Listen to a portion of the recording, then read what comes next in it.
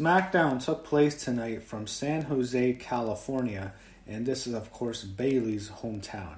And this show was built around Bill Goldberg, and here we're going to find out who he's going to face at Saudi Arabia at the Super Showdown show. That's why he's back, obviously. And we'd find it later in the show. So we started the show off with The Miz and John Morrison coming out to the ring to host the Dirt Sheet. And what they do is they show a trailer for their new movie called Once Upon a Time in the Dirt Sheet. And it's basically a play on Once Upon a Time in Hollywood by Quentin Tarantino, which I did not watch. I hate his movies. But this movie was basically... this trailer was basically done because the Oscars are up in a few weeks. Or up in a few days, up in a couple of days, actually. They're this Sunday, and I will not be watching them. I don't need some, bunch of limousine liberals telling me how to live my life. I won't be watching it, but that is a big deal. It's this Sunday, so they did a parody of the Oscars. I thought it was a very good trailer. I made me want to watch the movie. It was funny. It had Miz and Morrison, obviously. It had the New Day, and it had the Miz's father. They had John Laurinaitis in there. They had Lance Storm, believe it or not. I thought the thing was very entertaining. It makes me actually want to watch something like this. I don't know where they filmed everything, but I actually want to watch a parody like this. I wouldn't mind watching at least like a 30-minute movie, not an hour and a half. That's really like a 30-minute movie. I think it'd be entertaining. I'm assuming they're going to do another Dirt Sheet show on the WWE Network, kind of like how Edge and Christian had the Edge and Christian show. I think you'll see a Dirt Sheet show on the WWE Network. And they had it on WWE.com. WWE.com used to have their own shows. I used to watch them back in 2008, 2009. 2010, stuff like that. I'd always watch it. I'd watch a Dirt Sheet. That was my favorite show to watch. They would do other shows too on there. I remember that was kind of like a mini network before they actually had a real network, obviously. They promised to win the SmackDown Tag Team titles, and of course the New Day interrupt them. Then the Usos come out, and suddenly you have a match that's set up, and you have Ziggler and Rude against the Usos. Solid matchup here. Decent match. I thought it was pretty good. Not a huge fan of either guys, but eventually what happens is the Usos get the win in a fun matchup. Then we go backstage and we see a woman's legs. Like, who the hell is this? She is so hot. Until Alexa Bliss. So, she is ridiculous. It's hard to point out still now. I mean, I've been talking to her for the last 3 years since I've done this. She is a scary, attractive woman. It's scary how attractive she is. It's ridiculous. It's insane. Anyway, we see her legs, we see her whole body, which is great. And she looks great as always, and she's with Nikki Cross, and she promised to win the Fatal 4-Way match. She says she has something up her sleeve. It didn't work out because she did not win, of course. They show Roman Reigns and the Usos covering Baron Corbin and dog food last week, and then we see Baron Corbin backstage. He goes into a production truck. He starts yelling at people. He starts yelling at employees. We didn't see Kevin Dunn, thankfully, his ugly face, but we did see him yelling at some random black employee. I don't know. He just pushed him down a flight of stairs. It was awful. They show Elias in the ring. He is on his guitar. He's writing a song. He's interrupted by Sami Zayn and his crew. Zayn's upset Elias interrupted him last week. He pointed out for the last 2 years it would remain a vehicle if he can get through a song. That's how mad Elias is. Everyone always interrupts him. John Cena ever last year to WrestleMania. I remember that one interrupting him. I wonder if they're going to do something again with Cena this year. Cena and Elias. We have a match. We'd have Cena destroy Elias, but Elias' face probably not. So you have Elias against Cesaro. Elias wins. Elias beats Cesaro. Nothing much here. This was just fine. It's not a very good show. They show Goldberg getting ready for his upcoming interview. Michael Cole pushed the start of the XFL season in 2 games that start tomorrow. I will be watching. I will not be reviewing them. You won't get XFL recaps. I will watch. We'll see what they do with the XFL. I'm actually kind of looking forward to it. Cole and... I have to say, though, I wanted to mention a funny tweet. This was a few months ago. I thought this was hilarious. So, if you know who Antonio Brown is, he was a wide receiver. He played for the Pittsburgh Steelers for a while. Anyway, he's out of football. And the XFL is asked on Twitter, will Antonio Brown be allowed to play for the XFL? They say no because he has a bad attitude. And his response was, I'll quote it, "I'll buy the XFL. Tell @Vince McMahon his league will only last 3 weeks max." I wanted to bring it up. I thought that was really funny. I think it will only last. I'd say it goes 6 weeks. The last one was a complete failure last year's league. I forget what it was even called.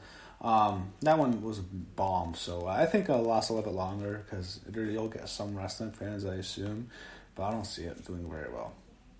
So Corbin is ripping into the fans. He rips into Roman Reigns. He pours beer on a fan. He's being a dick face. And of course, Roman Reigns comes out. He runs out to attack Corbin. They fight alongside the ring. Reigns grabbed the mic. He calls him a coward.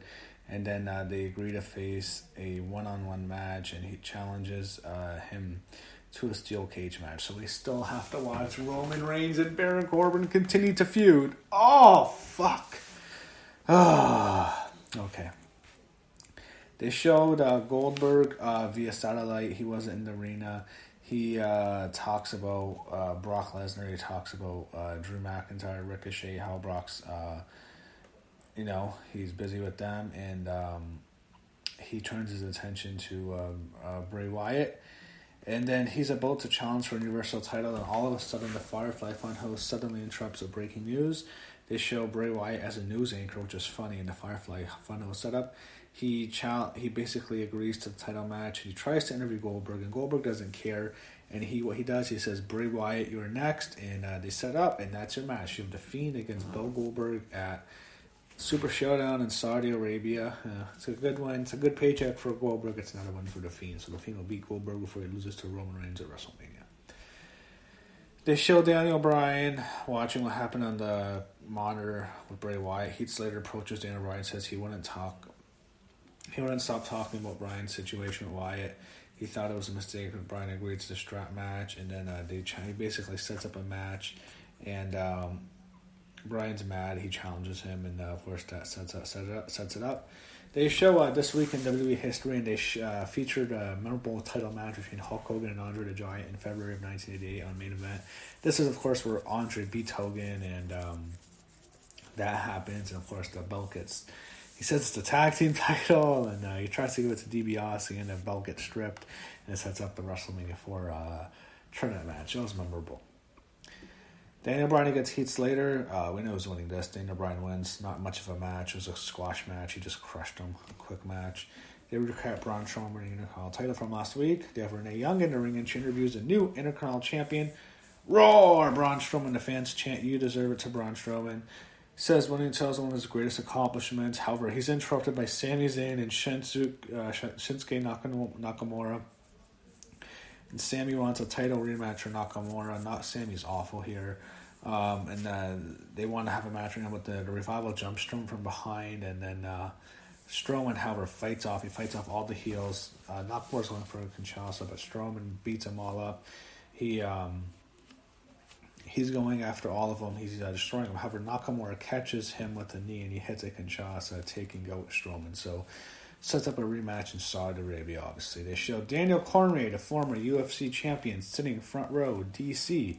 I'm sure he wants... I always thought he'd be a great commentator for WWE. I thought he was going to be the commentator once they went to Fox, whatever went down like that. They show Otis getting ready for his date with Mandy Rose, Tucker. He's working out. I'm assuming this is going to be heading where Tucker and Mandy have something, and she screws Otis, and that's how she breaks his heart. That's how it's going to happen, I think. I don't think it's going to be Mandy and Sonya. I think that's what they're going to do. It's going to be Tucker and Mandy have a secret relationship. So Sheamus against Apollo Crews. Sheamus kills his jobber. Apollo Crews is better off in AEW. He's better off leaving. He's not going to get a push. He's very talented, unbelievably talented. Just he's not going to get a push here. So I wish he'd go somewhere else and have a better push. Main event. The winner faces Bayley for the SmackDown Women's title. It's a Fatal 4-Way #1 contenders match. So Bayley's at ringside for the match. And by the way, no mention of Sasha Banks. I don't know where Sasha Banks is. She appeared on Corey Graves' podcast. I guess she has an ankle injury. Where the hell is Sasha? The way they're sending this, it almost makes me think, are they going to Bayley and Naomi at WrestleMania? I hope not. Because they had Carmella win. I'm thinking to myself, they're just going to give Carmella a cheap win.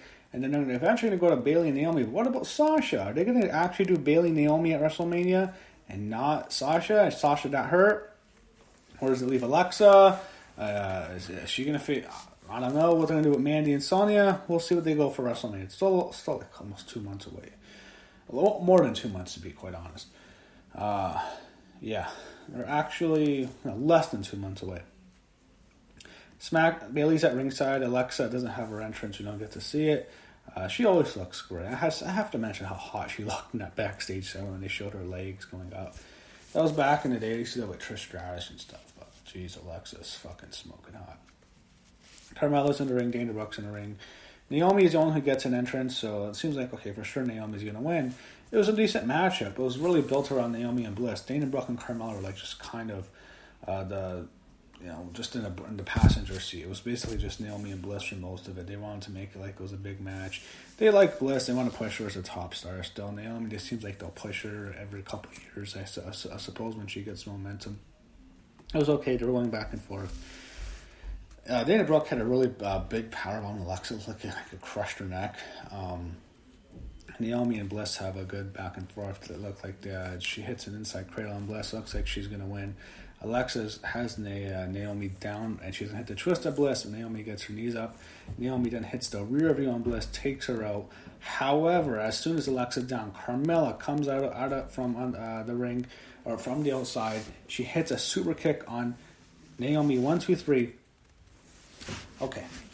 Carmella pins Naomi. They're going to have fucking Carmella challenge for the title again. Fuck. They're going with fucking Carmella as challenging for that fucking title again. So it's Bayley and Carmella. I know they're best friends in real life, or close friends. It's a fucking horrible match. I guess hopefully it's a Saudi Arabia show. It means nothing, but yeah, that's it. Along Bayley and Carmella. That's your next big women's program.